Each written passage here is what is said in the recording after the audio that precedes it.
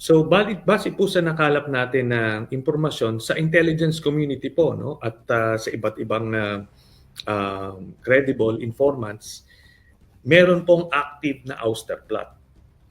At hindi po ito bago lang, no?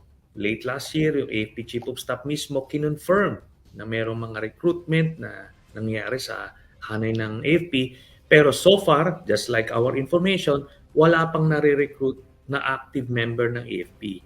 At base sa aming bilang, pang-5 beses na sinubukan ng Duterte camp na patalsikin itong Marcos administration since last year, no? Ngayon, marami kasing elemento yan. Hindi naman natin i-deny na dati, ano tayo dyan, ano? Ika nga, may masteral tayo sa ganyan. Bihasa, oo. May mga elemento po yan na kailangan bubuuhin, ano? So, yung popular support, critical yan. Yung military component, ano rin yan, essential yan.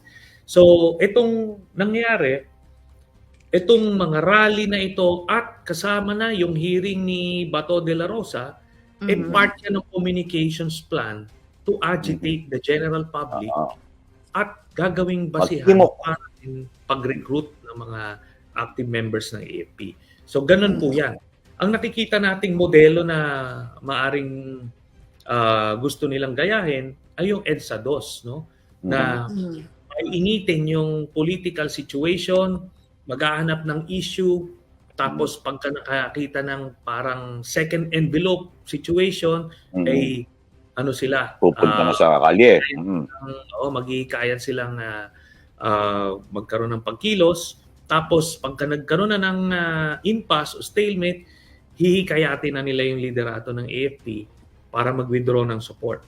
So nangyari na yan before at sa nakikita natin, mukhang yan yung inaambisyon nilang mangyari. Ngayon, titignan natin the people, itong Duterte camp na nasa likod nitong ouster plot na to, meron silang motibo to do this, no? Bukod pa dun sa ICC, marami silang mga kadahilanan, ano?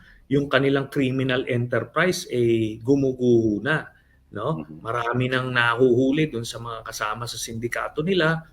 Kaya kailangan na nilang bumalik sa pwesto para arborin at rescuehin itong mga to, bukod pa sa sarili nila dito nga sa ICC.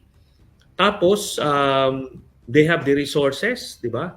Tapos ngayon, nakikita sila ng mga opportunities or they are creating opportunities para sa pagkilos na to.